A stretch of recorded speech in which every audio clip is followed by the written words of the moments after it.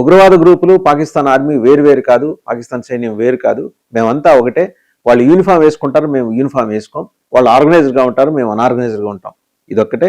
మేము అడవుల్లోనూ చెట్లు పుట్ల వెంబడే ఎక్కడో తలదాచుకుంటూ మా ఉగ్రవాద శిబిరాల్లో శిక్షణ పొందుతుంటాం, ఇస్తుంటాం. వేరాజ్ ఆర్మీ వాళ్ళ క్యాంపుల్లో డైరెక్ట్ ట్రైనింగ్ ఇస్తూ ఉంటుంది. ఇద్దరం కూడా భారతదేశం మీద దాడి చేస్తుంటాం, మేము దొంగసాటు దాడి చేస్తుంటాం, దానికి కావాల్సిన లాజిస్టిక్ సపోర్ట్ వాళ్ళు ఇస్తుంటారు అని ఇవాళ వరకు ఒక ఆరోపణ అది. కానీ ఇవాళ అది నిజమైపోయింది. క్వారీ యాకూబ్ షేక్ ప్రకటనతో ఓపెన్ వార్నింగ్ ఇచ్చాడు. ఎవరికి? కాబూల్కి. మీ భూభాగాన్ని ఉగ్రవాద కార్యకలాపాలకు, పాకిస్తాన్కి వ్యతిరేకంగా జరిగే ఉగ్రవాద కార్యకలాపాలకు ఇస్తే గనక మీ మీద చర్యలకు మేము కూడా సిద్ధమే, పాకిస్తాన్ సైన్యంతో పాటు మేము కూడా సిద్ధమే. What does it indicate? ఇప్పుడు ఇవాళ జియో పొలిటికల్ అఫైర్స్ ఎక్స్పర్ట్స్ అందరూ కూడా ఇలాంటి ఒక సందర్భం కోసం, ఒక సన్నివేశం కోసం ఎదురు చూస్తున్నారు.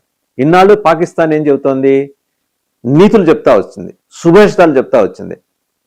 ఏది లష్కర్ తోయిబా ఏంటి, లేకపోతే ఇంకో ఉగ్రవాద గ్రూపు హిజ్బుల్ ముజాహిదీన్ అయితేనేంటి, ఇంకా ఇతరత్రా ఉన్న రకరకాల ఉగ్రవాద గ్రూపులు ఏంటి, వాటితో మాకేం సంబంధం లేదు.